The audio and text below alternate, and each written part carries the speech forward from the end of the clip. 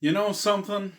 I love movies. You might say I'm a bit of a cinephile, and as a cinephile, I enjoy movies and TV shows about cinephiles. And one of my absolute favorites is Mr. Abed Nadir of the hit 2010s TV series Community. I mean, personally, there's just something deeply relatable about a socially awkward person who's seen every single movie. And, one of my favorite YouTube subgenres is reviewing all of some massive thing. So, partially as a way to dip my toes into this type of video, and partially as an excuse to revisit Community, let's get in Abed's headspace. I will be watching and reviewing every single movie it is confirmed Abed has seen. We'll be reviewing them in the order Abed mentions them, and we will be talking exclusively about the movies Abed references. I don't care what Jeff or Annie or Kugler are watching. Actually, I take that back. I do care what Kugler watches. He just doesn't get that much screen time. Wonder what Magnitude's favorite movie is. I bet he likes Trolls. It can be hard to make a call on some of these. Like, Troy mentions Aladdin and Abed agrees, so that counts. But then there's, him hanging out with someone dressed as Gina Davis from League of Their Own. Not sure if that counts for anything. Also, I can see some of the movies in his DVD collection, but not many, and the few times it gets a close-up, they very deliberately hide any real film titles. Probably to save on licensing. Also, two of the ones I can read here are Bad Boys, and Reddit figured out that this one is a porno called Lay Me Down. So this is probably just whatever the prop department could get their hands on and isn't meant to be taken as movies Abed actually owns. Unless they show a specific Blu-ray, it doesn't count. For the record, he references 179 movies, 65 of which I had never seen before. Some I was planning on watching, some I wasn't, but one way or the other, I've seen all of them now. Straight up, this video was a year in the making. So, it probably goes without saying that this is my completely subjective opinion. You do not have to agree with what I say. In fact, out of 180 movies, you're probably gonna disagree with me on at least one. Hell, I'll probably come back to this video a year from now and disagree with myself on one of these reviews. Just, be nice about it in the comments. I'm only reviewing these movies to prove I actually watched them. That's the real spectacle here. Me watching all of these movies. My reviews are just there so I actually saw them. So, without further ado, here is every movie Abed references. Hey, this is kind of like Breakfast Club, huh? Breakfast Club. Breakfast Club is probably the movie that gets referenced the most on this show, so not a surprising start. I love The Breakfast Club. I don't think I've seen a high school movie as accurate as it. It cuts clean to the heart of what it's like to be a student, even decades after its release. I hate giving this high of a rating this early, but I'll do it for Breakfast Club. 5 stars. Nobody puts baby in the corner. Dirty Dancing. I can't say the story interests me too much, but there's definitely a level of technical expertise on display. I absolutely see why it's become such a classic. Also odd that the inciting incident is needing to fill in for a dancer so she can get an abortion. Cute, if a little predictable, and a tad dry for my tastes. 3 stars. This isn't like Breakfast Club anymore. Now it's like Stripes. Stripes. Not my favorite Bill Murray movie. Some good laughs for sure, and worth seeing once if you're a Murray fan, but I saw it a few years ago and have never felt the desire to revisit it. Funny, but not particularly memorable. 3 stars. Now it's like Stripes or Meatballs, anything with Bill Murray, really. Meatballs, sort of the platonic ideal of a summer camp comedy. The thing everything else is a parody or ripoff of. Now for my money, I'd rather watch Wet Hot American Summer or The Burning.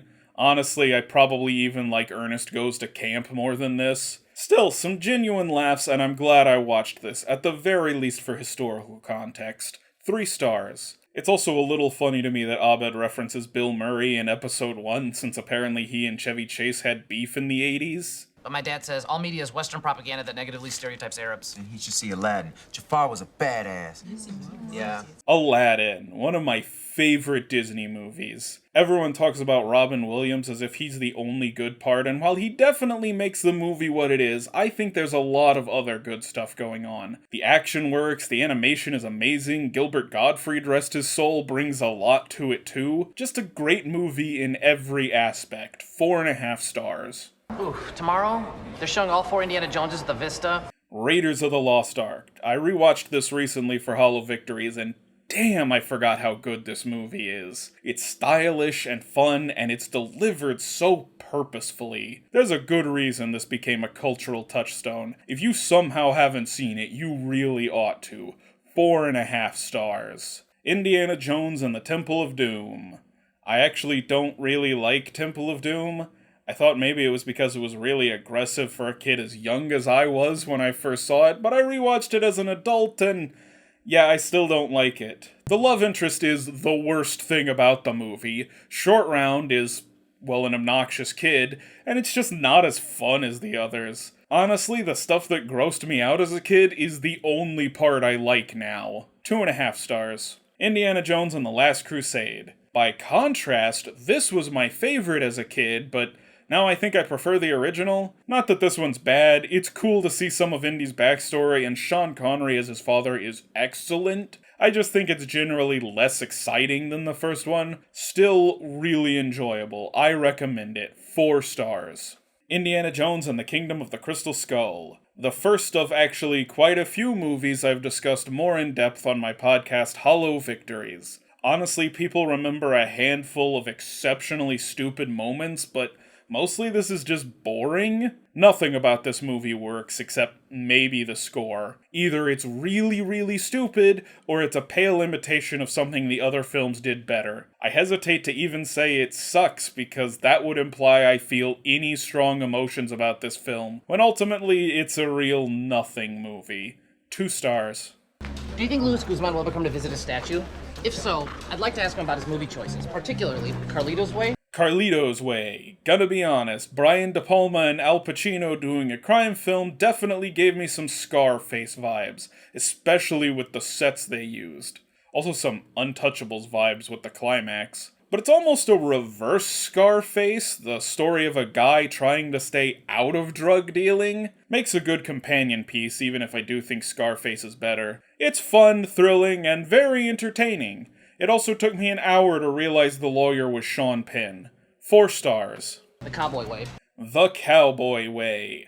As subtle as a bull out the gate. Every line of dialogue in the first 20 minutes is so blunt with exposition you could get a concussion just listening. And they kinda set it up like Woody Harrelson has a good reason to not show up for the big rodeo in their backstory, but when it's revealed, he just kinda seems like a dick, honestly. Also, as someone who thinks cops get away with way too much in the real world, Ernie Hudson does stuff in this movie that would 100% get you thrown off a police force. This man is fired. It's cheesy as all hell, but that does give it an odd bit of charm. It's unique, but not necessarily in a good way. 2.5 stars. The Hard Way. The Hard Way, a step down from Carlito's Way, but still an entertaining crime film. I think I'd like it better if James Wood's character wasn't such an asshole, incidentally also true of James Wood as a human being. He's not like a charming asshole either, he's just really shitty and no fun the whole movie. If there's one person I trust to play a charming asshole,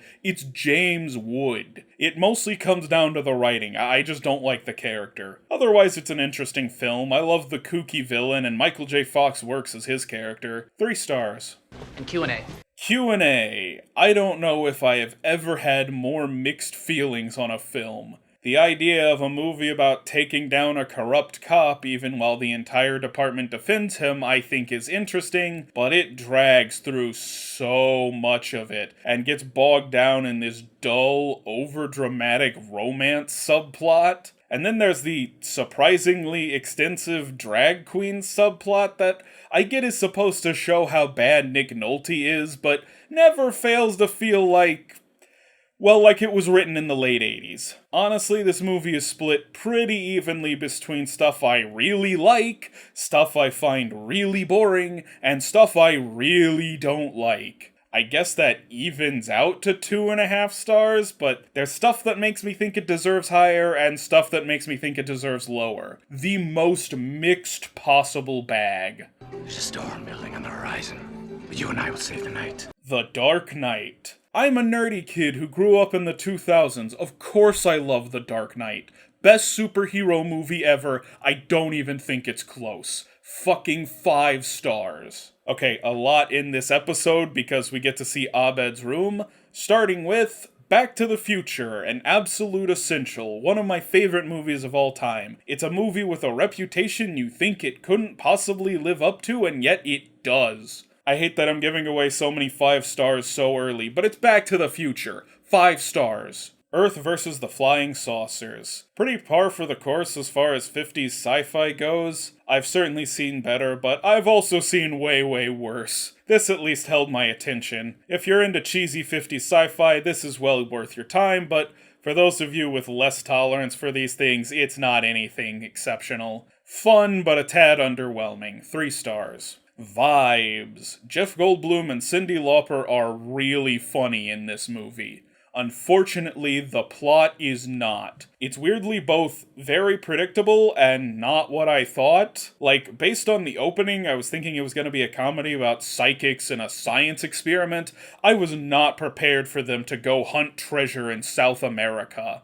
But it is a pretty predictable story of psychics hunting treasure in South America. The leads nail it, I just wish they were in a better movie. 3 stars. Stand By Me. Very charming coming-of-age story, one of the absolute best. Rob Reiner doesn't get enough credit for knocking it out of the park like 5 times in a row in the 80s. I don't think it's his best movie, but man, when you've got a track record like him, that's still a high bar. A classic for a very good reason, well worth watching.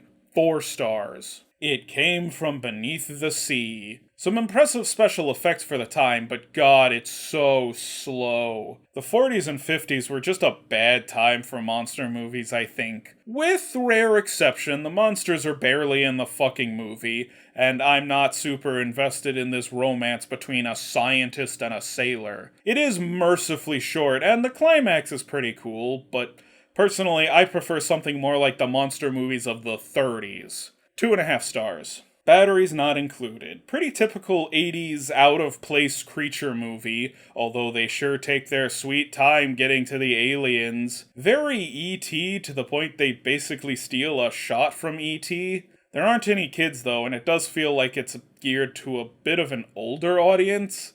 And the creatures are pretty charming once they do finally show up. Also, the opening makes me wonder if this was an inspiration for Pixar's Up. Glad I watched it, but probably won't revisit it again. 3 stars. Short Circuit 2. Not super into Fisher Stevens doing brownface for a whole movie, plus him trying to get his US citizenship ruins the best joke in the first movie. Where are you from, anyway? Bakersfield, originally. No, I mean your ancestors. Oh, damn. Pittsburgh. I also don't think this needed to be nearly 2 hours. But on the positive side, this is a more fully realized Johnny Five, and Michael McKean as a scumbag con artist is funny. It's a decent enough sequel. Definitely see why Abed of all people would like it. 3 stars. I promise I will stop giving movies 3 stars in just a second. And I think this one is Back to the Future Part 2. If not, they probably reference it later, so fuck it. Fun little sequel. I don't think either Back to the Future sequel is as good as the original, but that movie is one of my absolute favorites. This is still a very good movie, and it even manages to have some of the most iconic scenes in the franchise. Worth watching for any fan of the original. 3.5 stars. Also, he just has a random hippie poster over here. Groovy, man, groovy. You're Goldie Hawn. Is it the lips? No. In Overboard, she was just like you. Overboard. The story seems obvious, but I'd be lying if I said I didn't get genuine laughs out of this. Mostly, I think that's up to Kurt Russell just generally being very charming, although Goldie Hawn deserves her credit too. There's an interesting little commentary on identity in there, and it's an early entry in the every character is a horrible person genre. Worth a watch, but I have my doubts I'm ever gonna revisit it. 3 stars. He's like E.T. He crashed in my place, and we're friends now, which is great for me, but it's bad for him. E.T. the Extraterrestrial. It's a fun movie. A tad overrated, I guess, or maybe just overhyped. I don't think it's brilliant or anything, even though the rest of the 80s seem to think so. It's just a cute alien movie for children. It's fun, I like it, it's well made. 3.5 stars. Somewhere out there, beneath the pale moonlight. He did it! Good boy, Fievel. An American Tale. Wow, Don Bluth did not pull punches, did he? There's just death and horrible loss, and the Mouse of Minsk is genuinely terrifying. Childhood trauma fodder for sure. It's got a nice message, some good songs and wonderful animation, but it's really aimless. Fievel gets sold to a sweatshop and the issue gets resolved almost immediately. It's unique, but not particularly well written. Look, I know the animation's good, I know it's a unique film, but I'm sorry, I'm giving this one 2.5 stars. It is probably the best Hanukkah movie, though. We're arm wrestling. Well, like Stallone and Over the Top. Over the top indeed. Pretty funny movie, although it can drag in parts. I love these movies that are about niche sports that just pretend their sport is the biggest thing out there. Really good bad movie fodder, but I think Stallone has done sillier.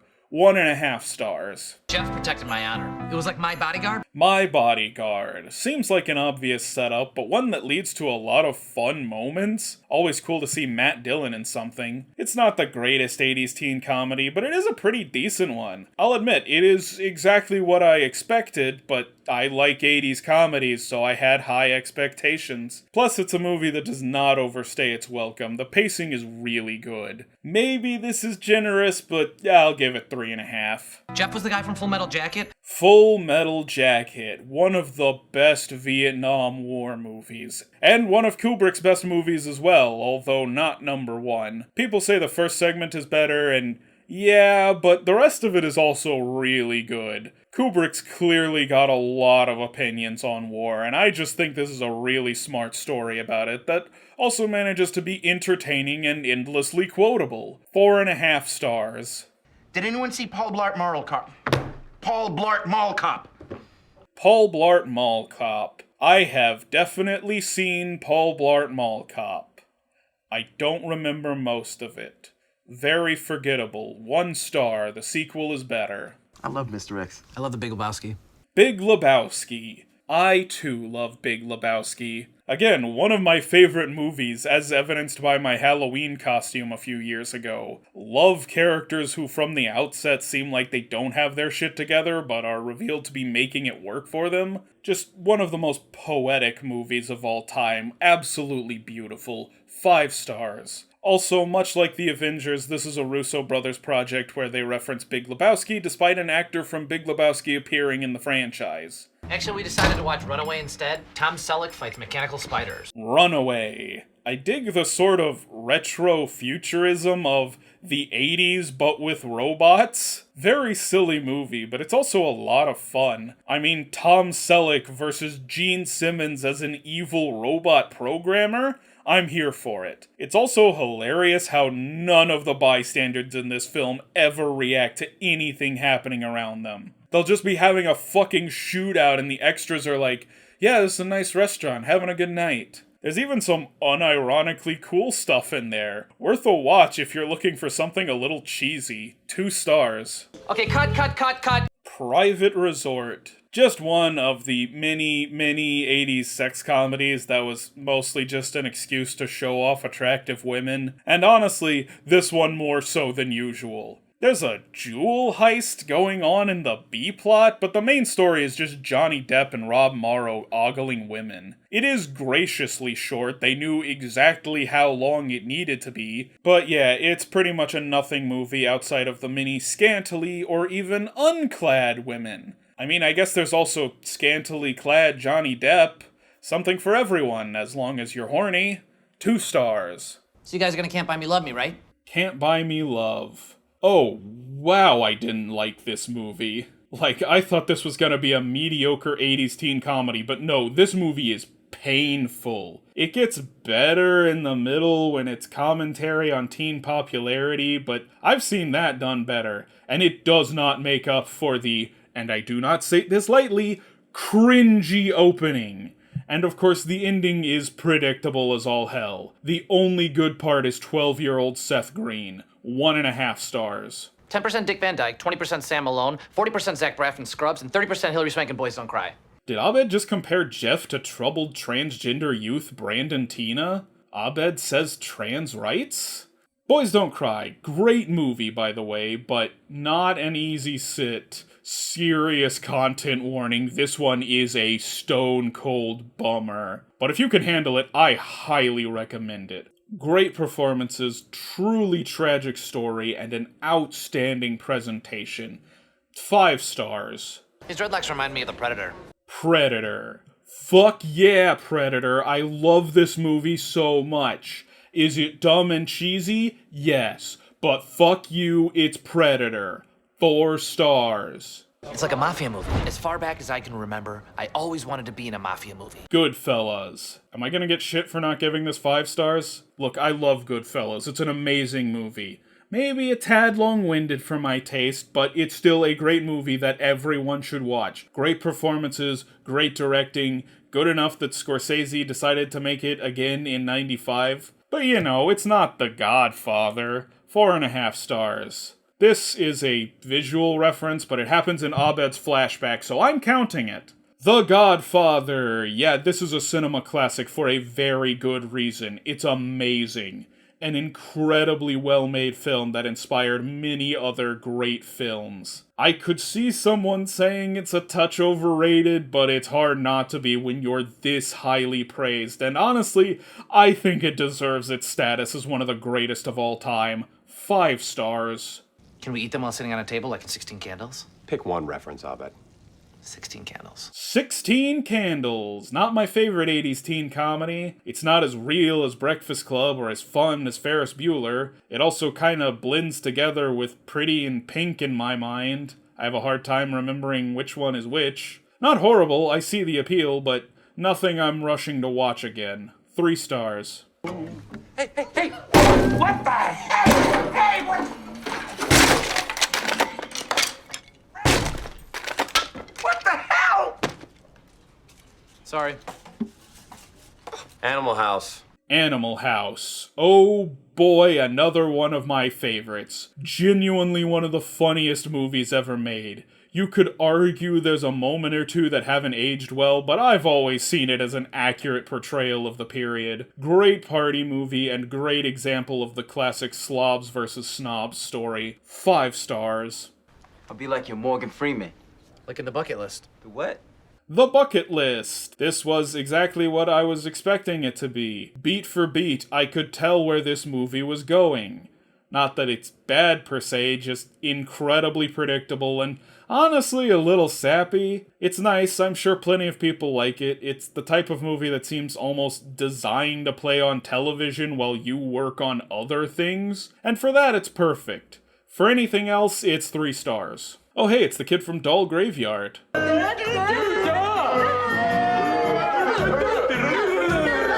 I see his insults are just as good as they were in that movie.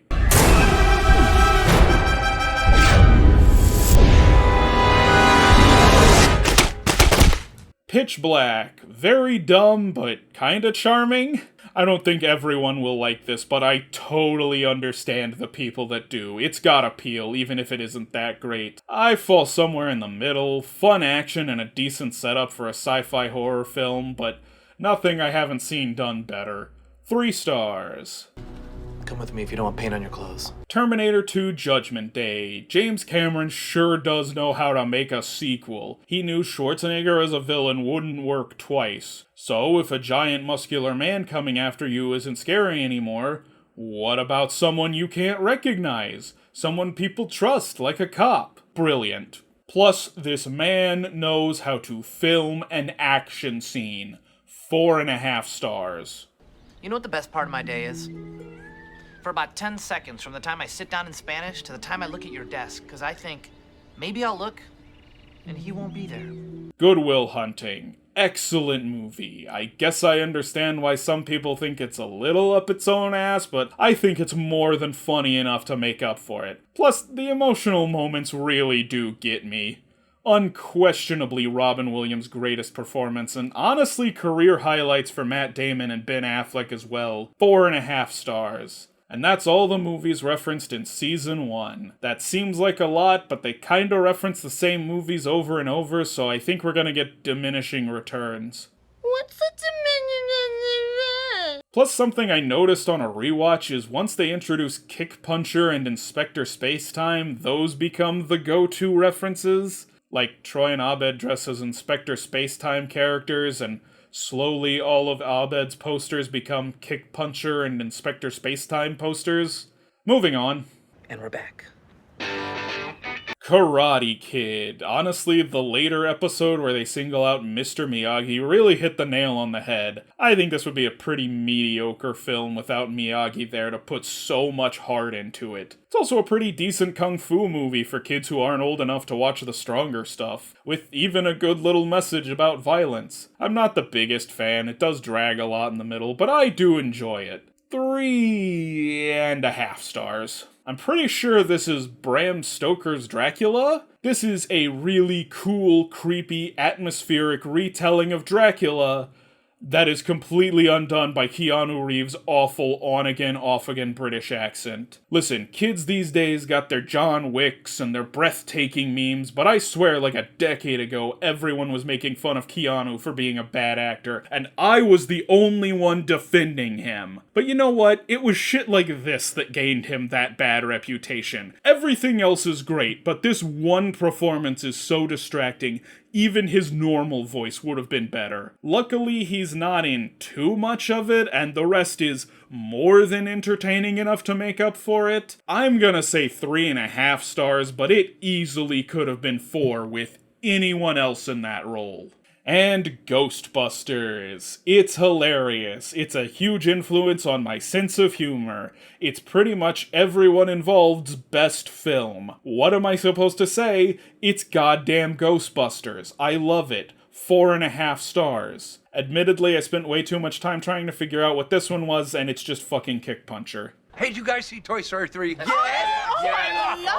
Toy Story 3, a good one, and kind of the end of Pixar's guaranteed winning streak. I do think it's lost a little bit of its punch since it came out, especially since they decided to cheapen the brand with Toy Story 4, but I still cry every time. It hits me right in the nostalgia, man. 4 stars. Betty White was still alive when I started this project. Rest in peace. Our concern is that Alan is to Jeff what Rob Lowe is to James Spader in the 1990 film Bad Influence. He's a bad influence. Bad Influence. This is like watered down Fight Club. Like, it's not as fun or clever or as well made as Fight Club. It's just kind of an office flunky who meets a complete asshole who tries to fix his life by fucking everything up and getting him involved with a wild woman. I like Rob Lowe and James Spader, but they don't do a lot for this movie. I honestly kind of have a hard time seeing Rob Lowe as a bad boy. It has its moments, but it's nothing exceptional. Just imagine Fight Club, but way less interesting.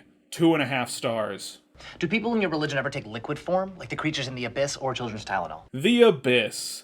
Not my favorite James Cameron movie. Kinda long-winded and all over the place. I think he was trying to make 2001: A Space Odyssey underwater. Still, at his worst, Cameron's ambitious, and he can pull a good performance from his actors. I really like the cast in this movie, and the effects are a good setup for Terminator 2. And I'll give some credit to the fact that it was doing all the tropes of 90s disaster movies before 90s disaster movies were a thing. Then again, I think there are better 90s disaster movies. I'll give it 3 stars, though I could see arguments to make that both higher and lower.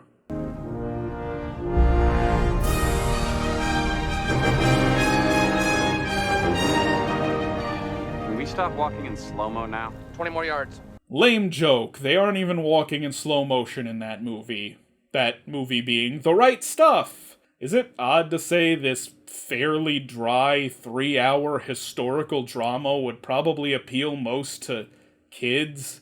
Not like little kids, I mean like 11 or 12. Kids who'll get excited by rockets and astronauts. It's a spectacle for sure, almost too much of a spectacle. This movie could be an hour shorter, maybe more, and not lose anything. I do think it captures the grandiosity of those first astronauts, but ultimately it's a film I can handle watching all the way through exactly once. Probably plays better on cable, where you can watch the good parts and change the channel for the rest of it. 3 stars. And I'm gonna call this ending a Star Wars parody. Amazing that they haven't referenced Star Wars before now. I like Star Wars. It's a very popular and influential film. There's a good reason it's become the cornerstone of nerd culture. It's everything a good sci-fi film ought to be.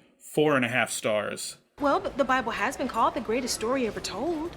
Ben Lyons said the same thing about I Am Legend. I Am Legend. There's stuff I like about it. I think I'd be more enthusiastic about recommending it if it had the original ending, but even then it'd have problems. Plus, it's based on the same book as Omega Man, which is just a way better movie. I'm stuck between 2.5 and 3. I'll go 3 stars, but seriously, if you're gonna watch it, watch the original ending.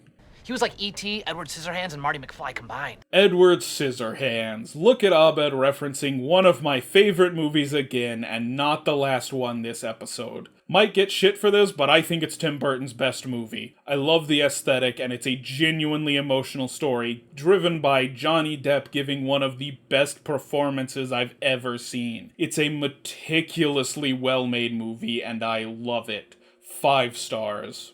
But is it a movie about Jesus? Is The Matrix? The Matrix. Really smart, really fun, really well shot film. Great trans allegory. Abed says trans rights. I'm stalling because I really don't have much to say about The Matrix that hasn't already been said. It's a good movie. 4.5 stars. Is RoboCop? RoboCop. Oh look, what's that on my Letterboxd top 4? Oh, it's RoboCop. Simultaneously brilliant social commentary and a fun-as-hell action movie. It's everything I want in a film. It works on every level. And it's still not my favorite movie referenced in this episode. 5 stars. Is Superman Returns? Superman Returns. No, this is not my favorite movie. This movie kinda sucks, actually. Kevin Spacey as Lex Luthor was good casting, back when we were okay with Kevin Spacey. But the rest of this is a boring mess that doesn't know what it wants to be. 1.5 stars. I've got one. Wrath of Khan. That's a good one. Star Trek II, Wrath of Khan. I do not care at all about Star Trek, and I still love this movie. It's fun, wild, and with the perfect amount of cheese. One of the most entertaining sci-fi films, in my opinion. Well worth watching, even if you're not familiar with the franchise. 4 stars. And this whole episode is a parody of Adaptation, my favorite movie ever. It's meta, it's funny, it's about a socially awkward filmmaker, the ending is hilarious. What more could I ask for? It is my favorite movie. 5 stars. Incidentally, this is probably my favorite episode of Community. And now with all this hype, I've got a real Snakes on a Plane brewing. Snakes on a Plane. Good shit. I mean, it's pretty bad shit, actually, but it's really silly. Put a couple beers in you, and this movie is a good time. I don't know why anyone was disappointed by this. This is exactly what I hoped for. Honestly, one of my guilty pleasures. 2.5 stars. Alien. Oh hey, another one of my favorite movies. I'm starting to think Abed and I have similar tastes. Very well shot, well written, well paced horror movie, and the rare horror movie I think manages to be very scary. 5 stars. Also, since Troy is in the robot suit, aliens! James Cameron sure knows how to make a sequel. He knew we had already seen the alien, so how do you make it scary again? How about there's a shitload of aliens? And then he made it a borderline action movie for good measure. 4.5 stars. I love you. I know. It's Star Wars Episode 5, The Empire Strikes Back. Great follow-up. Best Star Wars movie in my opinion, although that does seem to be the popular choice. But sometimes things are the popular choice for a good reason, and Empire has earned its place at number 1 in this franchise. Although admittedly, 4 and 6 are its only real competition. 4.5 stars. You see Marmaduke? And so Troy and Abed went back to the dormitory for a viewing of Marmaduke. Marmaduke. Why would you make a Marmaduke movie? And why would this be the movie you made of Marmaduke? It's a high school drama, but with dogs. I talked pretty extensively about it on my podcast if you want a deeper dive. Weird movie. 1.5 stars. You score any higher on this thing, the Rylands are going to recruit you to fight against the Kodan Empire. The Last Starfighter. Last Starfighter. There's something very 80s about a video game that's an alien recruitment tool. Some really cool alien designs along with some CG that sure technically hasn't aged too well, but it was ahead of its time when it came out and it kind of fits the futuristic aesthetic of the movie. Not a particularly brilliant film, but an incredibly charming one. Worth a watch, especially for sci-fi fans. 3.5 stars. Unrelated, Dan Harmon, please hire me to write a spin-off about the guy who hits on Abed. Every year, we sit and watch Rudolph the Red-Nosed Reindeer together. Rudolph the Red-Nosed Reindeer. Does this count as a movie? It's a 30-minute TV special. Whatever, there's a lot of charm to these old Rankin Bass specials, but I would never argue they're good. I think they've mostly ridden off of nostalgia and a bit of Christmas whimsy. Wouldn't be Christmas without them, but I couldn't imagine enjoying them any other time of year.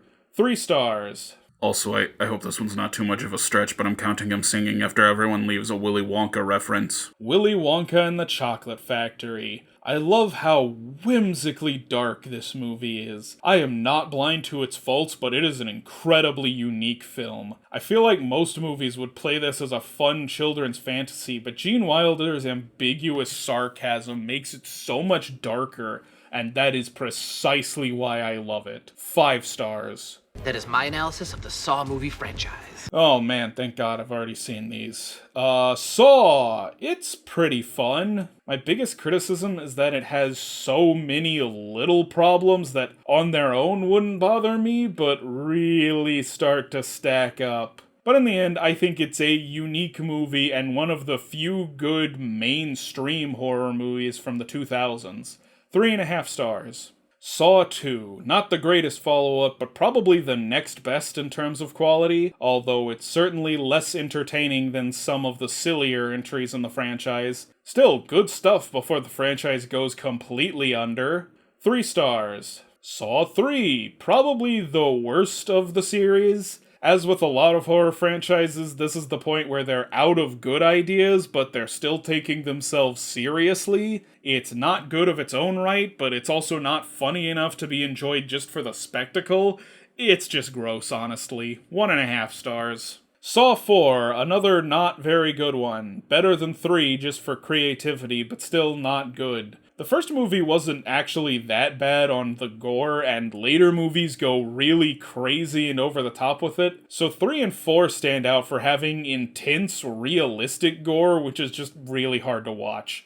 1.5 stars. Saw 5 threatens to get good again, but also has the earliest goofy moments, so it's kind of the transition point in the series, right between when it was good and when it was silly. 2.5 stars. Saw 6, very silly, very dumb, very convoluted, a special type of bad that not everyone will be into, but that I personally really enjoy. 2 stars. Saw 7, does not give a fuck, dumb as rocks, silly traps, exactly what a fan of the Saw franchise would want. 2 stars. And that is my analysis of the Saw movie franchise, as it existed when this episode was released. Although I could issue a warning for this bootleg of The Last Airbender. Where were you a week ago? The Last Airbender. Oh my god, this movie's so boring. It's not even funny bad, it's just painful. And it's so pointless. It's just the worst version of a great show. It misunderstands everything that the show does. 0.5 star. Vice President Joe Biden has been visiting community colleges across the country. I just had a dream that I was a regular president. Huh. What do you know? You wanna watch Catfish with us? Was that the movie where the guy flirts with the girl online, but then it turns out that it's a fat old woman? Sorry. It's cool. Maybe it's about catfish. Catfish, one of those wild documentaries that starts filming at the right place at the right time. I mean, how many documentaries get a spin-off TV series? I appreciate that some guys with cheap cameras were able to break into the industry with this. That said, it's a little uncomfortable to sit through. I know some people who live for this drama, but I do not. I avoid drama like the plague. So to some, I'm sure this is a thrill. To me, it's A for effort, but much lower marks on everything else. Part of me says 3 stars, but I guess it's earned 3.5. Also, the fact that Abed has seen this makes what he did to Annie in the Pierce's Will episode even worse. I'm sorry, so you're ending early? Because in My Dinner with Andre, the waiter brings you... Goodbye.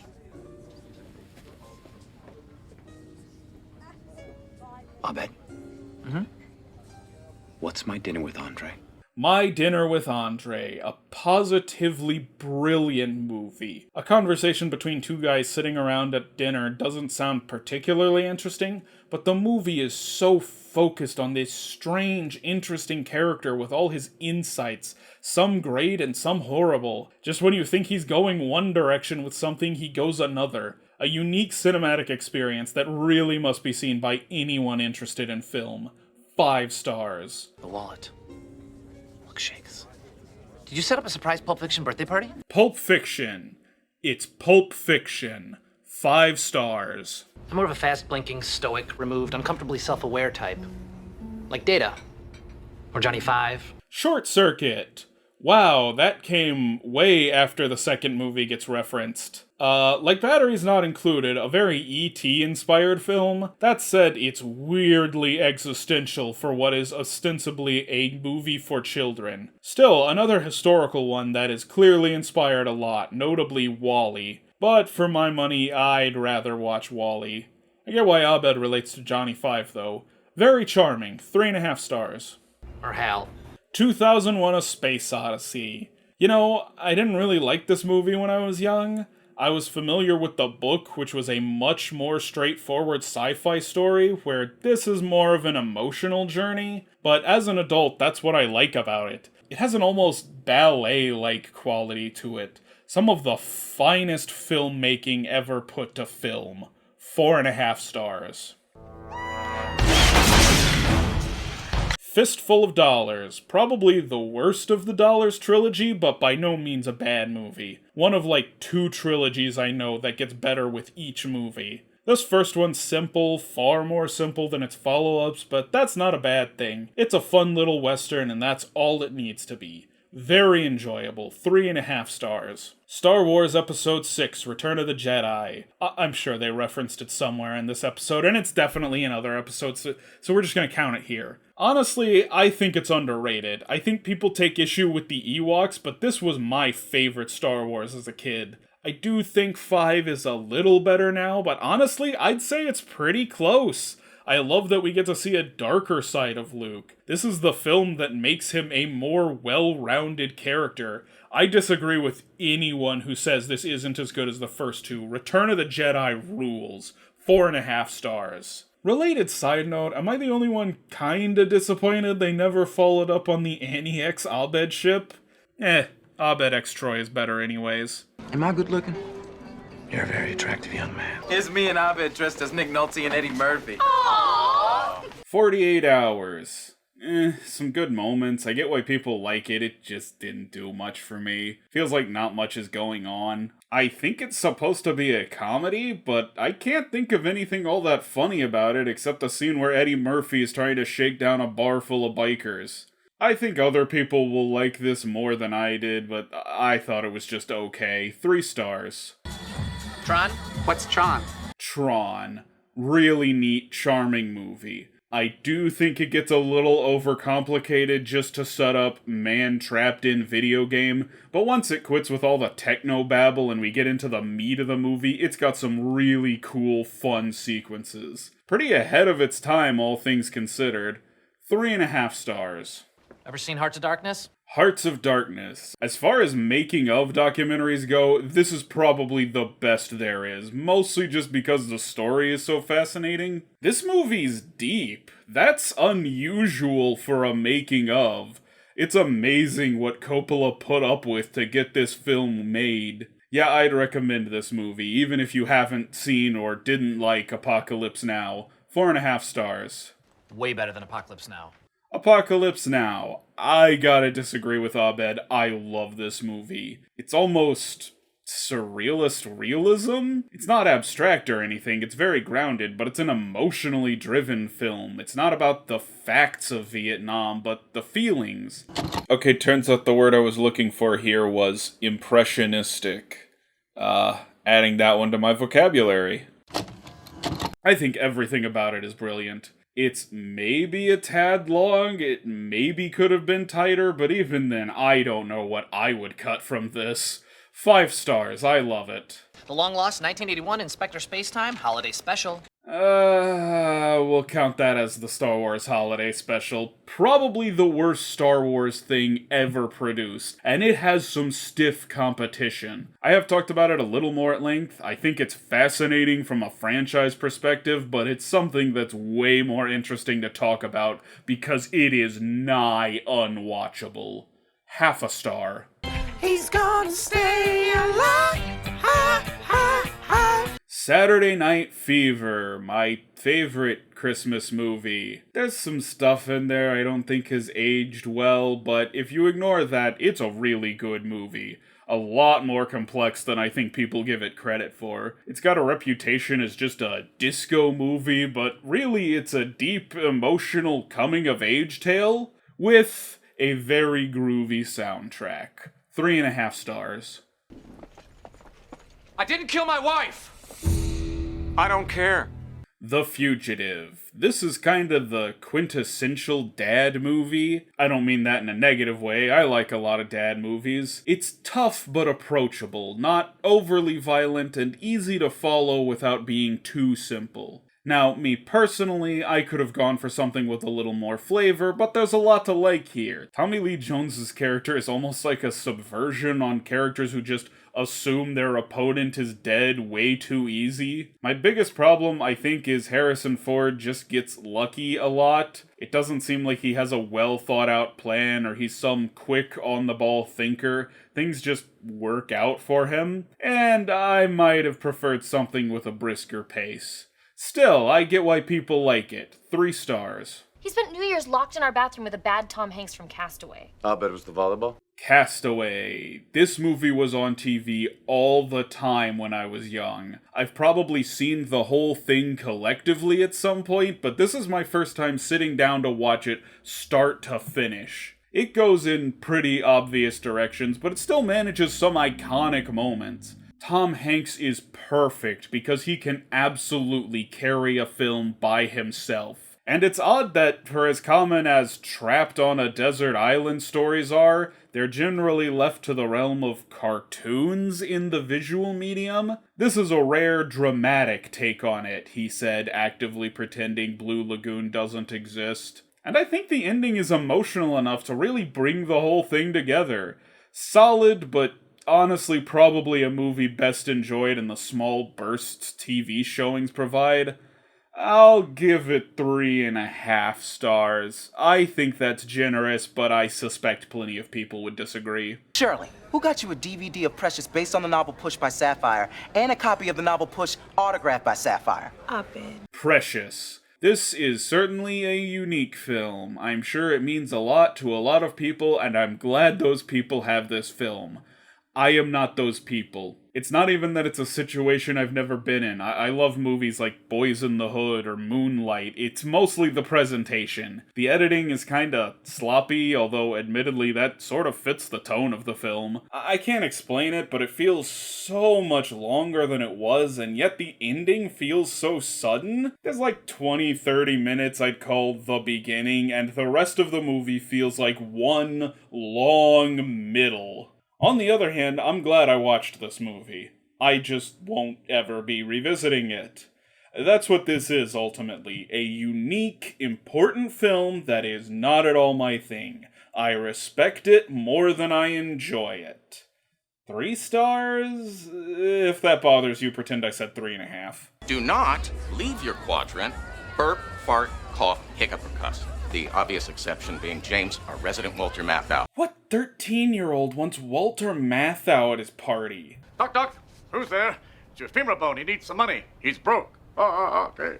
Patch Adams, occasionally cute, but mostly an unbearably sappy and, from what I've heard, wildly inaccurate story about a very interesting real-life person. It hits all the beats you expect from a Robin Williams movie of the era, and it's far from his best. On the plus side, it flies by, a very brisk 2-hour movie. It's got a moment or two, but you're better off with Dead Poets Society, 2.5 stars.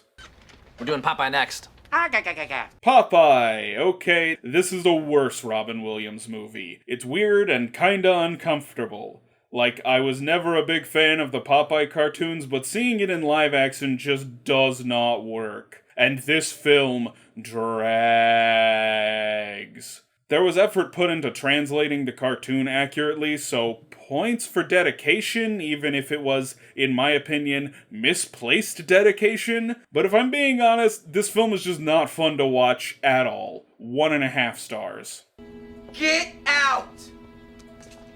Annie Hall. As much as I hate to admit it, because he is a really creepy dude, I'm actually a really big fan of Woody Allen's movies, and Annie Hall is probably his best. It's incredibly clever, as a lot of his movies are, but it also hits emotional beats that are absent from some of his goofier works. If you're gonna watch one Woody Allen film, start with this one. 5 stars. Blade Runner. A really great film, depending on which cut you watch. Honestly, as long as it doesn't have Harrison Ford's god-awful narration, you're good. Great sci-fi world, interesting philosophical ideas explored, and some truly great performances that aren't Harrison Ford's narration. 4 stars for any narrationless cut. The theatrical version is 3.5 at best, maybe even 3. Pretty Woman. It's fine. Cute, if not a little dry and predictable. Definitely something other people would enjoy more than I would. I do think it has interesting commentary on sex work versus industry work, but mostly it's just a fun hooker with a heart of gold rom-com. Although, honestly, probably the best example of that trope. 3 stars. Risky Business. Not the best 80s teen comedy. Gets a little bogged down in a bizarre plot about prostitutes and gangsters that feels both out of place and underwhelming. The movie is at its best when it's about an irresponsible teenager partying alone. But of course, that movie exists. It's called Ferris Bueller's Day Off. Very generous 3 stars just for creating one really iconic scene. Without that, I could easily go down to 2.5. Blanketsburg has drawn first blood. Pillowtown will draw first blood, part 2. Okay, that's definitely a First Blood Part 2 reference, but does it also count as a First Blood reference? Fuck it, it's my video. So yes, First Blood! This movie's actually really good. I think a lot of people misjudge it because of how aggressively stupid all the other Rambo movies are, but this is a genuine movie about a soldier suffering PTSD, and it's one of Stallone's best performances. Weird to say the first Rambo is a heartfelt and emotional tale about a man broken by war just trying to get by, but that's the truth. 4 stars. Rambo First Blood Part 2. Really stupid, but kind of fun. This is what people think of when they think of Rambo. Not some deeply scarred victim of an unjust war, but a man who kills the fuck out of everything. Perfect, mindless action drivel. 2 stars. The war won't stop with First Blood Part 2.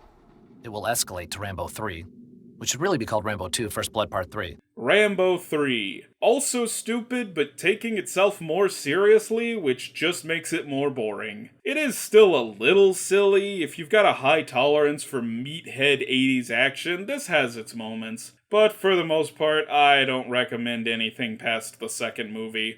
Still, not as bad as Last Blood. 2 stars. His name is Blade. Is that legal? Shouldn't New Line Cinema be suing him? Blade. Really cool movie. Helped revitalize action movies, which were in a pretty bad place in the late 90s. Also kinda helped kick off the superhero movie craze, although Spider-Man and X-Men probably deserve more credit. Might even have influenced The Matrix. Lots of fun, good action, some silly but memorable moments. I recommend it. 3.5 stars. I can't go to Senior Kevin's. The manager and I are enemies. He said Die Hard was bad. I know, buddy. Die Hard.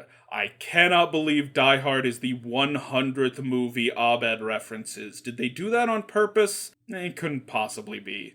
Die Hard is positively amazing, well respected as one of the greatest action movies for a very good reason. It's suspenseful, it's violent, it's quotable, it's wildly unrealistic, it's everything an action movie ought to be and more. I think something a lot of its imitators missed out on is that John McClane goes through some shit. You don't want your action hero getting to the climax looking pristine. He should be bloody and beaten and filthy. That's badass. 4.5 stars. I cried during About a Boy. The soundtrack. About a Boy. Yeah, I kind of went into this knowing I probably wouldn't like it, and to be fair, I liked it more than I expected. I think Will and Marcus are both interesting characters, but, it's still a really sappy, really predictable romantic comedy. Why are we still doing liar-revealed stories? It's been done 100 times over. If this is your thing, have at it, no disrespect, but it sure ain't mine. 2 stars. I didn't get Inception. Inception. It's fun, it's clever, it's not perfect. I feel like the hype for this movie has died a lot. Not to the point that people dislike it, but to the point that no one's gonna be upset if I don't give it a perfect rating. I don't think it's the best movie ever, I don't even think it's Christopher Nolan's best movie.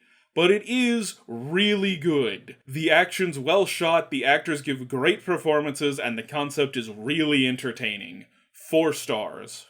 I probably shouldn't say things like Star Wars, Zardoz, Cougar Town, cool. Okay, Annie references it as Abed, but we'll count it. Zardoz. Zardoz is really fucking funny. It's so terrible and ridiculous, and I love how often Dan Harmon references it, because it shows up again in Season 5 and in Rick and Morty. You ever want to see Sean Connery in a Speedo fight weird, trippy aliens? Of course you do. Watch Zardoz. 1.5 stars. Okay, why don't you two slap-arounds give me your names for the report? In case Chang wants to know why his birthday party turned into the frickin' Poseidon Adventure. The Poseidon Adventure. Oh hey, I talked about this one before too. It's fun, got some good moments, but nothing great. Pretty standard 70s disaster movie, although it is more exciting than some of the lesser ones. Not much to write home about though, it's fine. 3 stars. I'm not talking to you because I'm not crazy. Think of it as inner dialogue. I'm reading the novelization of Chronicles of Riddick. Can you honestly tell me that's a saner decision? The Chronicles of Riddick. Very silly and also way more complicated than a Vin Diesel space opera ever needed to be. Fascinatingly bad franchise development. At least Pitch Black kept it simple. And also, yes, there was a novelization. Why? This whole movie is one big why. 2 stars. You're VH1, RoboCop 2, and Back to the Future 3. RoboCop 2. I've seen worse sequels. Hell, I've seen worse movies from within the RoboCop series. It understands the first RoboCop better than any other piece of RoboCop media, but it still doesn't fully understand it. The first movie was over the top, sure, but this almost goes too far to work.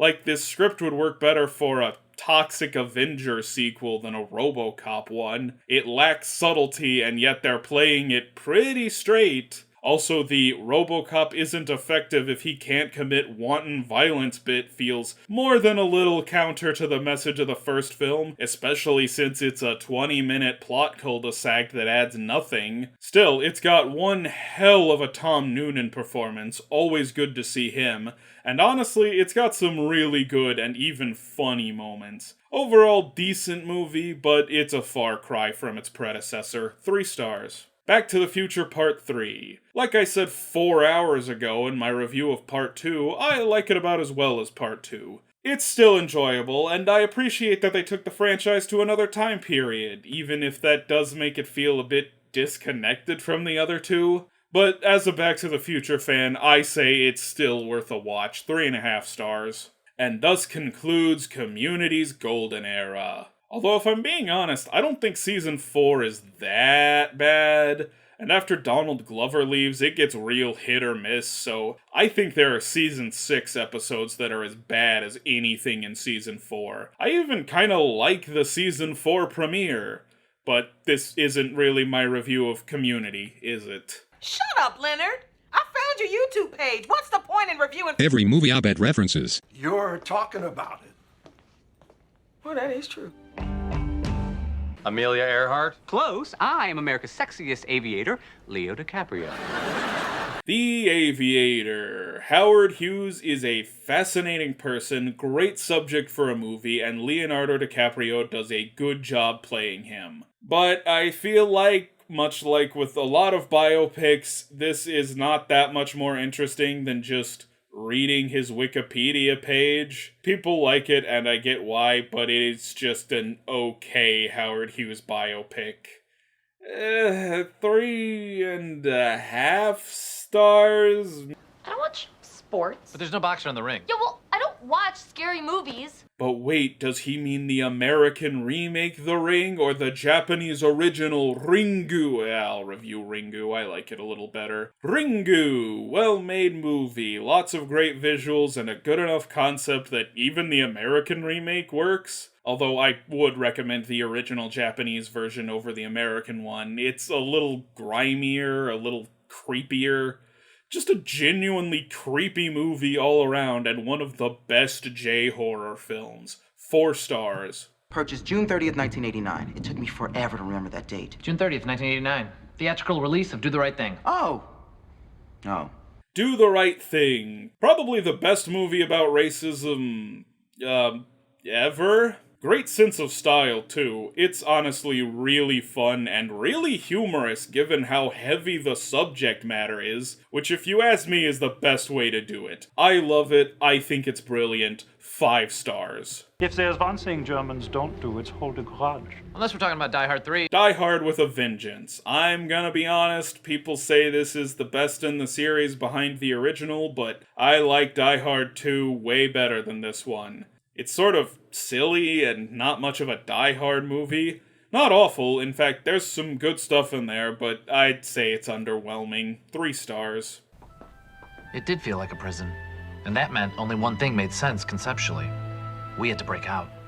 And someone with the gravitas of Morgan Freeman had to narrate it. Shawshank Redemption, the highest rated movie on IMDb. Yeah, that might be overkill, although I do think this is my mom's favorite movie. Weird. It's really good, don't get me wrong, but best movie ever? No. Still, I really like it, and it seems like I'm not alone in that. Pretty clever, emotional, great performances. 4.5 stars. We endured the indignities as best we could. Cousins fighting, complaints about the food, listening to a nephew do Borat for a full hour. Borat. I'm glad this movie has gotten a cultural reevaluation because for as much really stupid humor as is in this movie, it's got a really smart message. I think too many people in the early aughts got wrapped up in the silly foreign man voice, but now I think we can really enjoy this dark look into American culture. It's amazing what you can get people to say when they think no one's listening. 4 stars. Wow. Much like the classic documentary Capturing the Freedmans, my story just took a completely unexpected turn. Capturing the Freedmans. Woof, this is a heavy film to throw into this rather light video. I appreciate the very even-handed look at the topic, and you do come away with what feels like everything you even could know. Honestly, I have a hard time rating documentaries in general, especially ones like this where their purpose is education rather than entertainment, and so I often feel a little out of my element. So, in light of the heavy subject matter of this film, I'm going to abstain from rating it. If you can handle it, though, I do recommend it. Just, content warning, it's about a pedophile. It goes on like this for another 12 hours. I couldn't even get through it all, and I sat through the Tree of Life. Tree of Life. This is a divisive film, and it's pretty easy to see why. I can see both sides of it. It's a beautifully shot and very thoughtful movie. But I wouldn't argue with anyone who told me they thought it was boring and pretentious. It feels like the movie Charlie Kaufman was trying to write in the middle of adaptation. Personally, I found the weird, pretentious stuff way more entertaining than the normal life stuff, which just kind of dragged on. I think something like Koyani Squatzy or Altered States hits a lot of the same beats while being far more entertaining. I'm gonna go with 3 stars, although this is definitely a film everyone is gonna have different feelings on. Things got so ugly I hesitate to even show you this footage. But I will let you see me reacting to it. That'll probably be more than you can handle.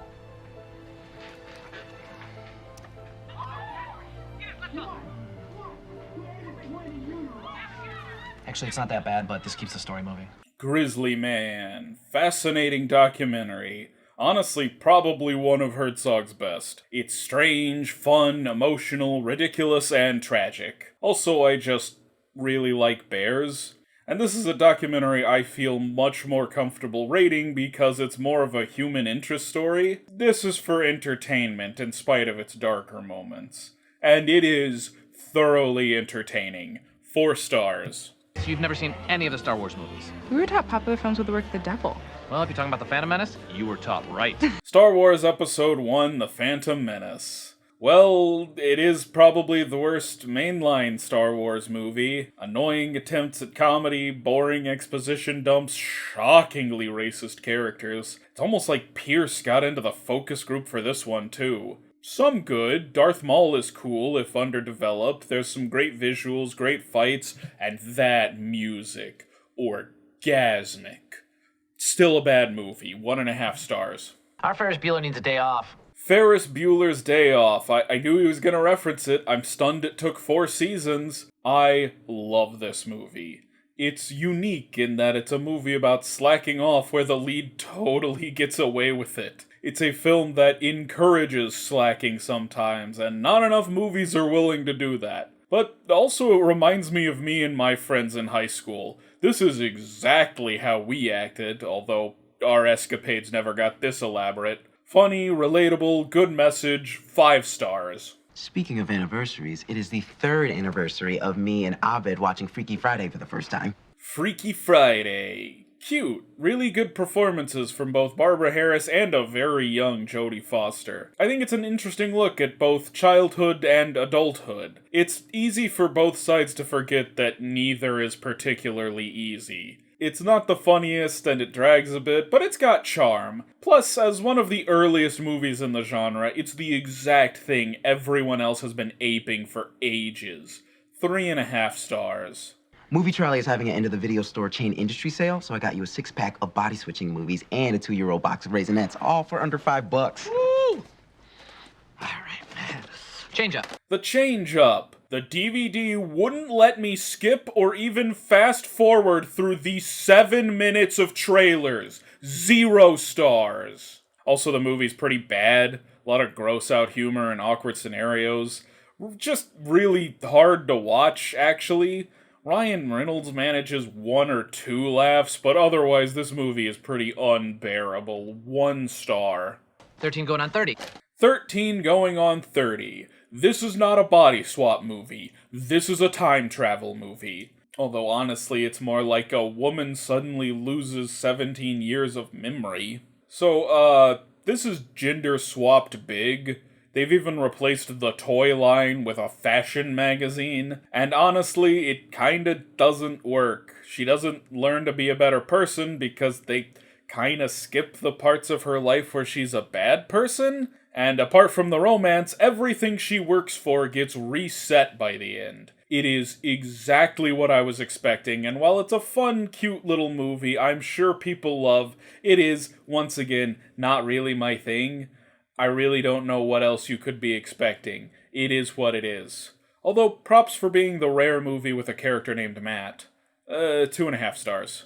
17 again. 17 again. Okay, Magic Brian Doyle Murray deliberately misinterpreted his wish. He clearly wanted to go back and finish that basketball game, not just be 17 again. Although I'm not really sure why he didn't just finish the game in the first place. This movie fluctuates between unbearably generic and wildly uncomfortable so much that I actually get a genuine laugh out of it every now and then. Make no mistakes, it sucks and I don't recommend it. But sometimes the whiplash is enough to get a chuckle out of me. 1.5 stars. 18 again? 18 again. Not a whole lot going on with this one, it's pretty generic, but watching it back to back with 17 again, it felt like a breath of fresh air. I guess the kid's relationship with his grandpa is cute, and it's funny to see someone so cocky, but I mean, it's everything you expect it to be. Complete filler movie, you've seen it 100 times even if you've never seen it. 2.5 stars. Vice versa? Vice versa. This is the single most cliché body swap movie I've ever seen. And this is a genre that is already stuffed to the brim with clichés. I don't usually hate Judge Reinhold this much, but God, he's no good in this. He's obnoxious as an adult and then acts nothing like the kid after the swap happens. Fred Savage does a better job playing him. Seriously, this 12-year-old is acting circles around Reinhold. This is not good, but if you want to see everything body swap movies are known for, here it is. 2 stars. I found the DVD. You can switch back now. Nice try. But that's the remake. Freaky Friday, where the original is a pretty timeless tale about the conflict between parents and children, this film is aggressively 2000s. Admittedly, it's kinda charming in how 2000s it is. It's a perfect time capsule of the period. Although, weirdly, the one from the 2000s is more racist than the one from the 70s. That said, Jamie Lee Curtis and Lindsay Lohan nail it. Like, it's incredibly generic and predictable, it is everything you expect, but, you know, it's a generic, predictable film with a lot of heart and effort put into it. 3 stars. So you're saying we're all connected like the classic French film trilogy, Bleu, Blanc, Rouge? No, like something more accessible. 3 Colors Blue. Jeez, this is one of those movies where there's technically nothing wrong with it, but I spent the whole movie waiting for the moment it all came together, and it never really did. I do see why a lot of people like it, but as always, I just don't know that it's for me. I'll give it a lot of credit. It is technically well made, great cinematography, great use of color, great performances, and for a French art film, it's surprisingly well paced.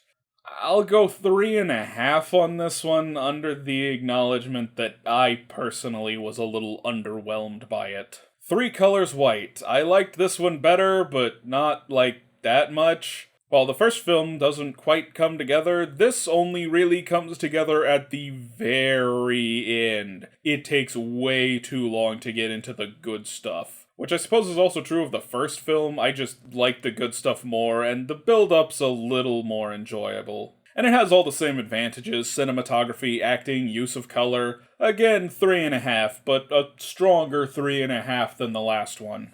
3 Colors Red. I'll just say ditto to this one. Didn't hate it, didn't love it. I understand the appeal. This one is probably the most interesting of the bunch, but not substantially more interesting. 3.5 stars. No, like something more accessible. Like Unbreakable.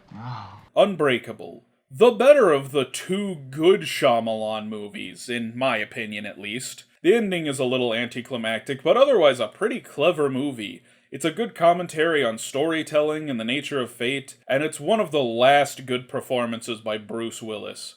Great movie, 4.5 stars. If you like Star Wars, why do you want to murder it and urinate on its grave? The prequels are terrible. Star Wars Episode 2, Attack of the Clones. Hey, would you be shocked if I said this was a bad movie? It tries harder than 1 and has significantly fewer cringe-inducing moments, but it's still not good. 2 stars. Episode 3, Revenge of the Sith. Well, it is the best prequel. That doesn't mean it's good, but it's more of a Star Wars movie than the others. I think if all 3 were like this, people would look back on the prequels as fine but underwhelming, not the worst thing ever. Then again, people got upset by the Disney movies that were fine but underwhelming, so who knows? Star Wars fans will complain about anything. As for Episode 3, 2.5 stars. You linked all of our stories. Like how the Cosmic Cube assembled the Avengers. That and the $4 billion deal with Disney. The Avengers, an amazing accomplishment and a movie worth watching for its place in pop culture alone. It has radically changed the way Hollywood blockbusters are made. That said, while it's got some good stuff, it's not perfect. Very watchable, definitely see why it has changed things so much, but I think it's just okay. 3.5 stars? You have no idea how long I've been waiting to talk to you about it. Kind of a Superman 3 meets that Star Trek episode meets Season 3 of The Cape. Superman 3. It's not good. Not the worst Superman movie, though, just confusing. Why did they have almost Lex Luthor, almost Bizarro, and almost Brainiac in this without ever committing? And why was Richard Pryor in it? 1.5 stars. Burn it? Why? The same reason I never returned Time Bandits to Blockbuster. Nobody else deserves it. Time Bandits. Okay, you cannot show this shit to kids. Not because it's too violent or anything, although it is definitely way more violent than most kids' movies, even in the 80s. I just don't think kids would get it. I saw it in middle school and I didn't get it. Now, though, this movie is fucking brilliant. It's very silly and very deliberately unrealistic, which I think kinda went over my head when I was younger. It's far from Gilliam's greatest work, but when you've made 12 Monkeys in Brazil, that's a pretty high bar. Well worth the watch, 3.5 stars. Nicolas Cage is so weird. I mean, he seems scared to smell that flower, but happy to get shot. He's a complex performer. I'll give you The Rock. The Rock. Not a very good movie, and yet probably Michael Bay's best. I know it's cool to shit on Michael Bay, but his movies are genuinely a pain to watch. The Rock has some decent stuff. I like Cage and Connery. It is a bit weird because I think the villain is mostly justified. He's not demanding something ridiculous, he just wants the government to help some veterans.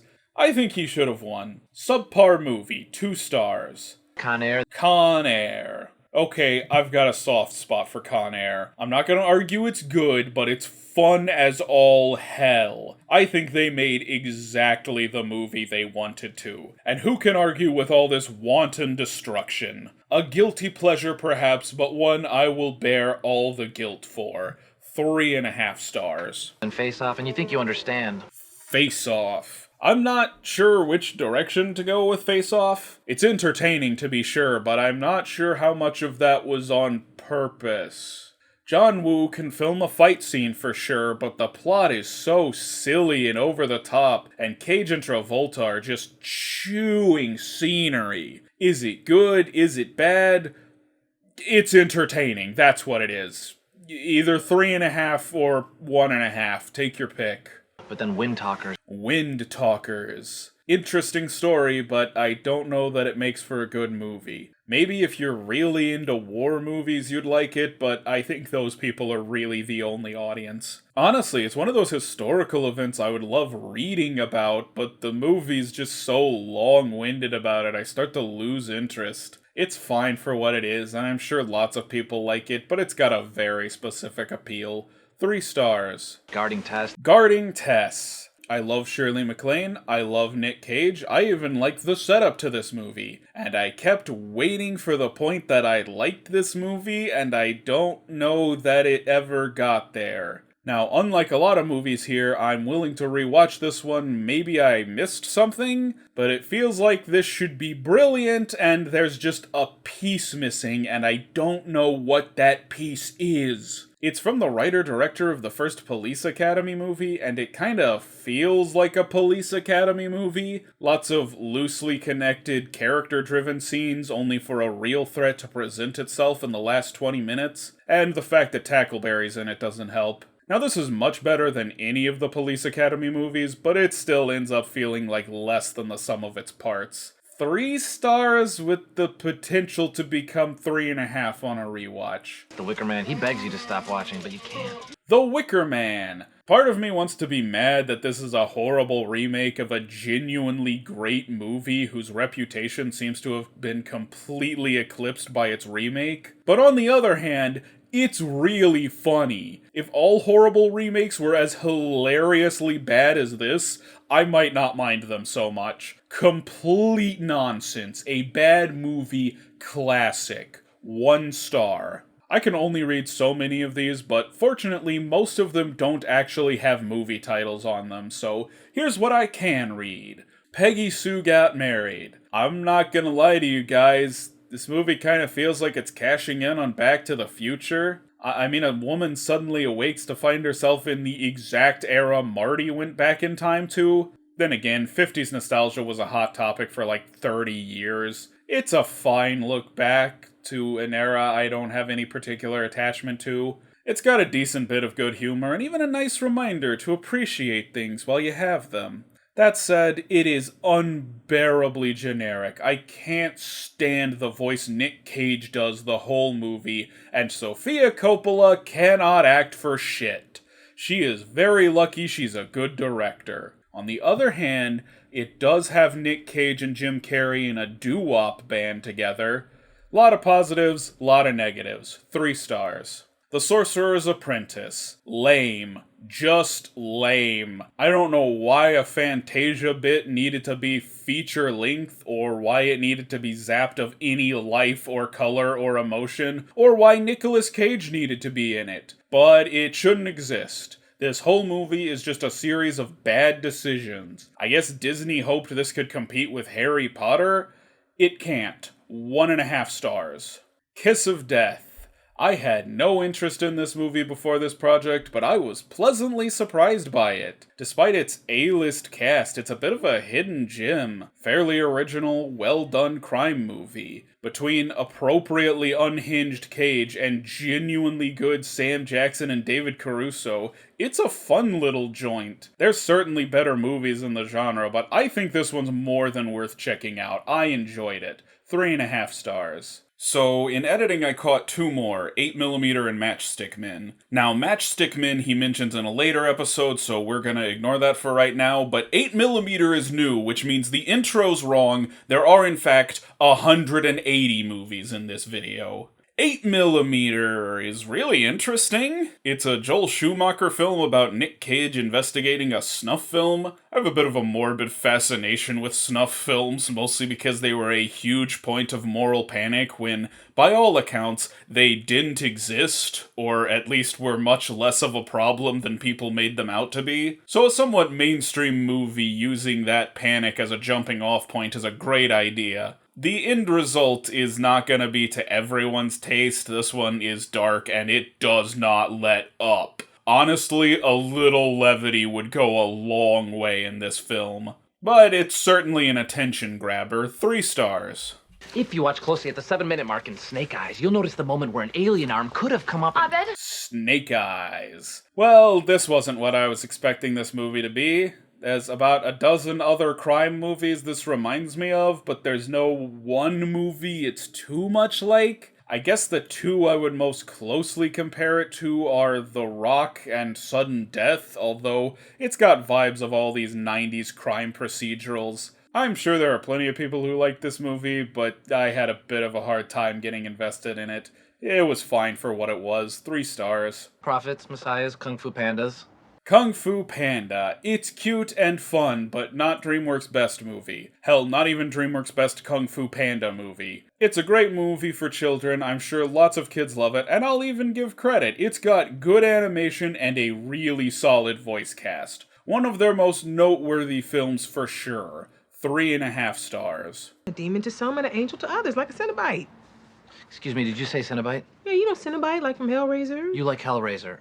You know the word Hellraiser. Hellraiser. One of my favorite movies. It's violent and fucked up, but also quite smart. I think it has a lot to say about the intersection of sexuality and religion. I don't know, I have way too much to say on the subject to be concise. Maybe I should just do a video on Hellraiser. 5 stars. Joe Bob says check it out. Is that why my review of The Grey is constantly changing? Yes, stop giving it 4 stars. The Grey. Remember how the trailer for this movie made it look like Liam Neeson was gonna fight wolves, and then he doesn't until the end of the movie? Yeah, the deceptive advertising is the only thing of note about this movie. It's not even bad, it's just completely forgettable. Maybe if the characters were more interesting, but aside from Liam Neeson, they're all either totally unnoteworthy or insufferable. They tried, though. I suppose that's worth something.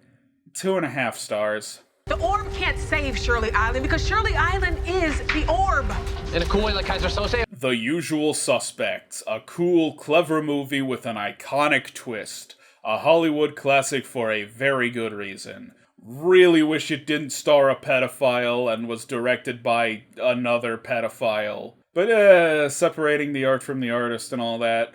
Even apart from those two, there's plenty of talent on this movie. Overall, extremely good. 4.5 stars. Or a lame way like Jewel of the Nile. Jewel of the Nile. Full disclosure, I have not seen Romancing the Stone. I didn't even know this was a sequel until right before I started watching it. I got a laugh or two, but that's really all this movie is good for, and it's clearly trying to be more. I applaud the effort. It is certainly more than the Indiana Jones cash-in it was so clearly advertised as, but not by much. Maybe I'd enjoy Romancing the Stone, but this one's getting 2.5 stars. Also, Chang says his same-sex celebrity crush is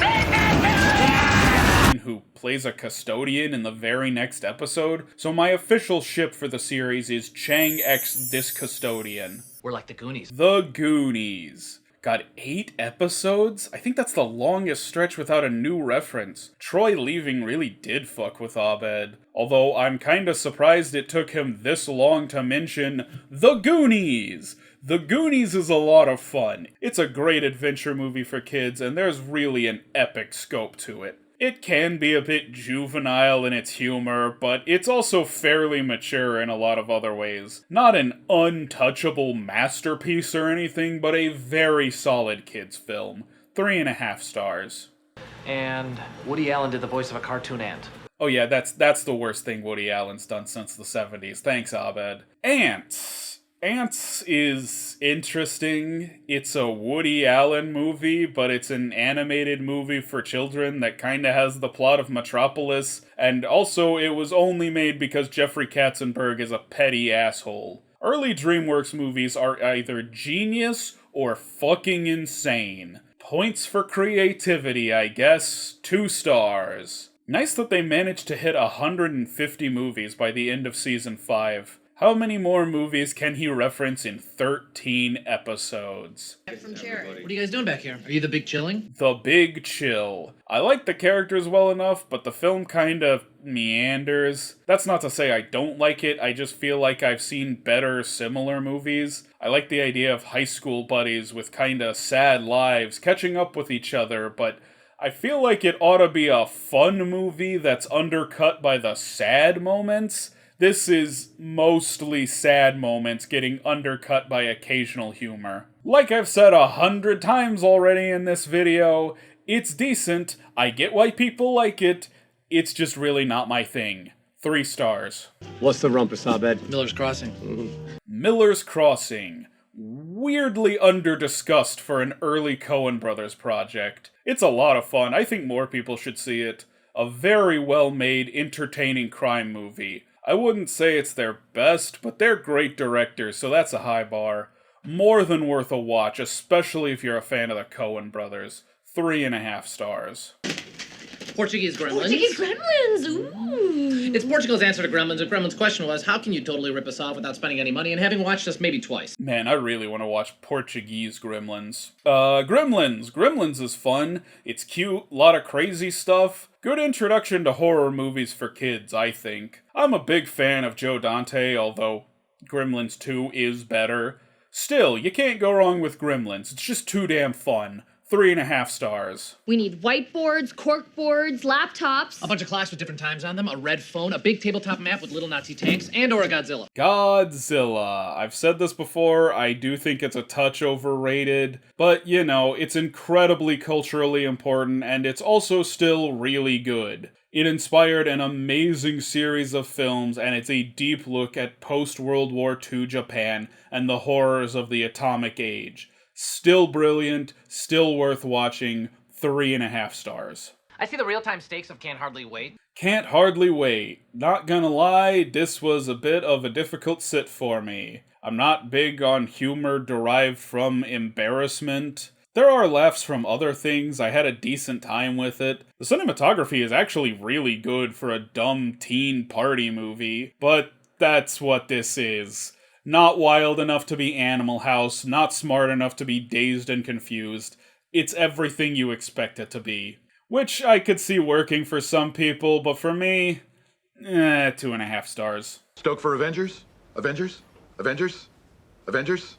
Avengers Age of Ultron. It's weird seeing people hyped for this, saying it's gonna be better than the first, because I don't know a single person who likes Age of Ultron, especially not more than the first Avengers. It is instantly forgettable, and frankly, not very well shot, which is true about a lot of MCU movies from this era. Frankly, the MCU had a decent start and a pretty bad middle before improving just enough for the ending. And this falls squarely in that bad middle. But then, I'm not the biggest fan of the MCU in general. 2 stars.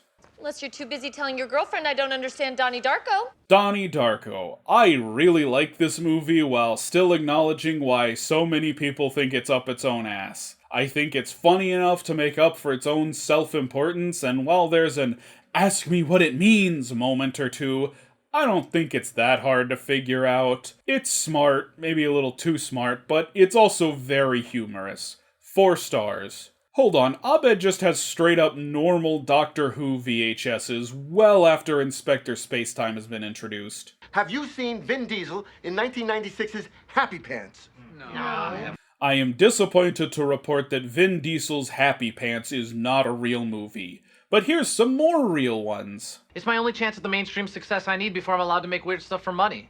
It's my American Graffiti. American Graffiti. I might get crucified for this one, but I wasn't super into it. I think this might have played better to people with some nostalgia for the 50s. There's some stuff I think holds up, but it relies a little too much on stuff I have no frame of reference for. Plus, I'm just not super into loose, meandering stories with not much plot. It can work, but usually it doesn't. Still, visually very good, great soundtrack, and great performances. Feel like I keep saying this, but I see why people like it. It's not for me. 3 stars. My Elephant Man. Elephant Man. Now this is for me. Brilliant movie. It's tragic, it's heartwarming, it's an excellent look into being an outcast and the hypocrisy of a society that claims to be accepting. It nails every technical aspect from cinematography to acting. Might be David Lynch's greatest work.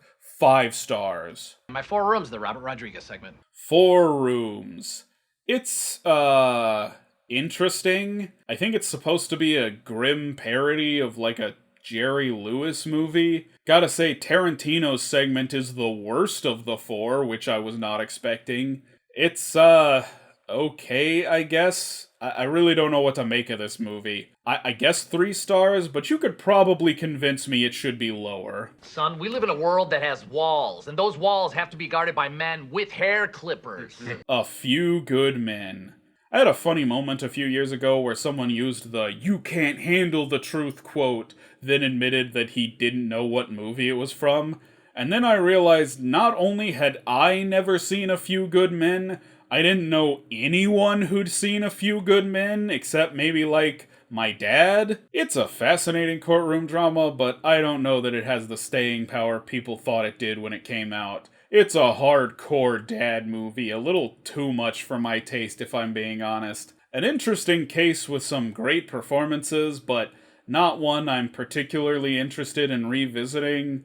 I'm stuck between 3 and 3.5. We'll go with the half just to be nice. I've always wanted to learn more about grifting ever since I saw 1990's The Grifters. The Grifters. This is another one I did not care about going in, but ended up really liking. It can feel a bit aimless, there's no real plot, but it's a character-driven movie where I actually care about the characters. Although, maybe it's just because they're all criminal scumbags. I also find the ending a tad underwhelming, but otherwise it's a fun movie. Love John Cusack, and the two ladies in it do great too. 3.5 stars. They definitely had a plan in The Sting. The Sting. I gotta disagree with this episode, I kinda like The Sting. I'll grant you the grift doesn't make much sense, feels like there was an easier way to do that, but I like the characters, the interactions, the bizarre lengths they go to rob one guy. It's a good movie. 3.5 stars. There's more activity in Matchstick Men. Matchstick Men. Oh boy, just what I needed to see in this project, another Nick Cage film. And another Cage starring Hidden Gem. This movie's great, and I'd never heard of it before this. I almost want to take back my praise of The Grifters, because this does a lot of what that movie does, but also slips in Cage's struggle with OCD, and he does excellent in this role. I think this belongs in the conversation with Adaptation and Leaving Las Vegas when people talk about Cage's best performances. Why are all his best roles characters with serious mental health issues? Sam Rockwell is also someone I love seeing in anything, and it's directed by Ridley Scott, so just a tour de force all around. 4 stars. Keaton to Belfry, I need us all to make sure we are very, very careful here. Fail to Keaton, why don't you set a good example by keeping your mind on the mission? Ah, fuck it, we'll count him. Since weirdly Dark Knight is the only Batman movie he's referenced so far. Also, you know it was Abed who suggested these code names. Batman. Really good Batman movie. It captures that less than realistic comic book vibe without being cartoony about it. It's just got a great sense of style, and all the performances are excellent. I could even see an argument that this is more true to Batman than the Dark Knight movies, although I'm okay with a little deviation as long as you make a good movie out of it. Still, for the original Batman, 4 stars. Keaton to Kilmer, status. Batman Forever. I liked this movie okay as a kid, but nah, it doesn't really hold up. Really, the only good thing is Jim Carrey's Riddler, and even that could use work. Why was his plan, like, hypnotizing people with TV? He's a bank robber. Just not good, but not the worst. 2 stars. Clooney to Belfry. Batman and Robin. Hey, speaking of the worst, this is it. Episode 1 of Hollow Victories is dedicated to it. Way too cartoony, both in presentation and in story. I could see this Batman and Robin are mad at each other story happening in a 20-minute episode of a cartoon, but it just doesn't work for a 2-hour movie. Still, really funny, and probably the Batman movie I've seen the most times.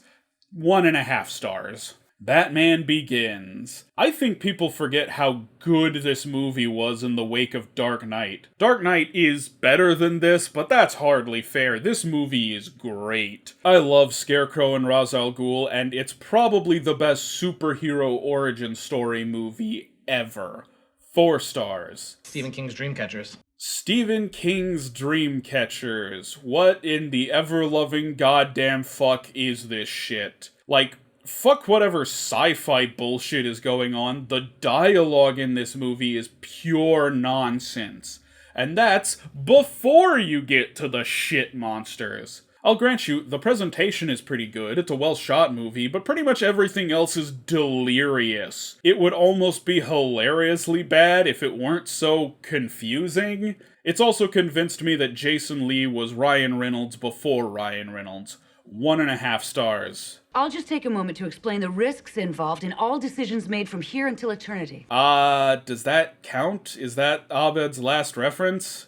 Yeah, better than Dreamcatchers. From Here to Eternity. Well, this is an old war movie and an old romance movie, so pulling double duty on genres that really have to try to impress me, and this movie does not try to impress me. Now, that's a tacit admission that this film is really not my thing. Feel like I've said that a lot.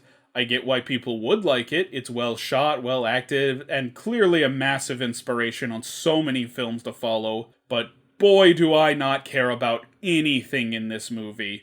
You'll probably like it more than I do. 3 stars.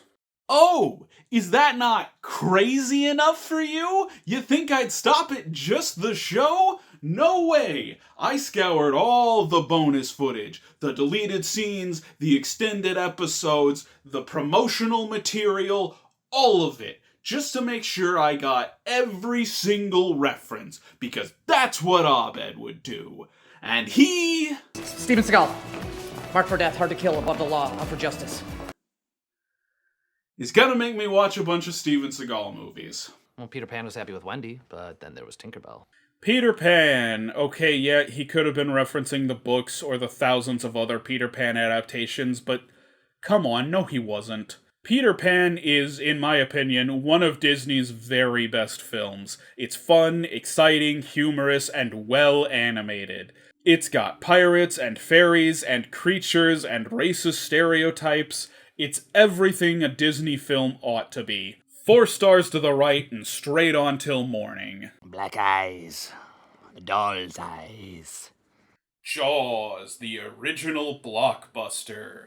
A film that manages to have an actually terrifying villain that's just a shark? That shouldn't work, as evidenced by all the terrible shark movies that came out after Jaws, but Spielberg knew exactly how much to show. And on top of that, the dialogue is excellent. Tarantino must have been obsessed with this when he was young, because his style is very reminiscent of it. Yes, even this late, Abed is referencing my favorites. 5 stars. Steven Seagal. Marked for death, hard to kill, above the law, out for justice. Marked for death. Pretty much everything in this movie that isn't Steven Seagal is really cool. The action's great, I love the villains, I love that voodoo is a major plot point.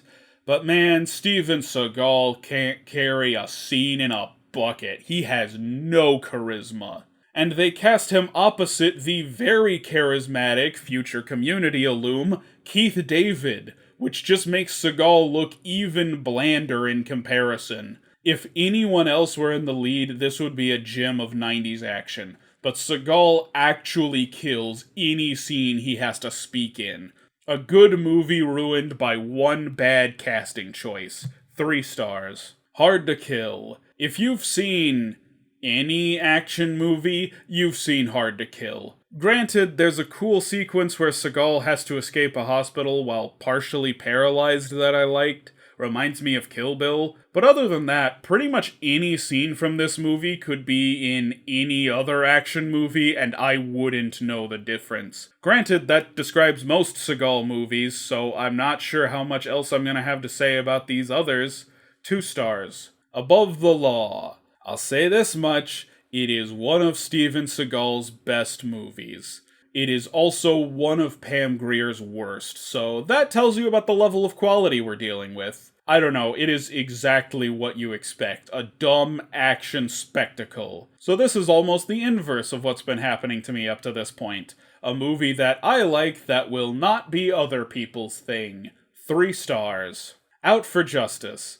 This is a movie Steven Seagal belongs in. He just wanders around and beats people up. It's perfect. It's exactly what a Steven Seagal movie is supposed to be. They're even kind enough not to put him opposite anyone who will upstage him.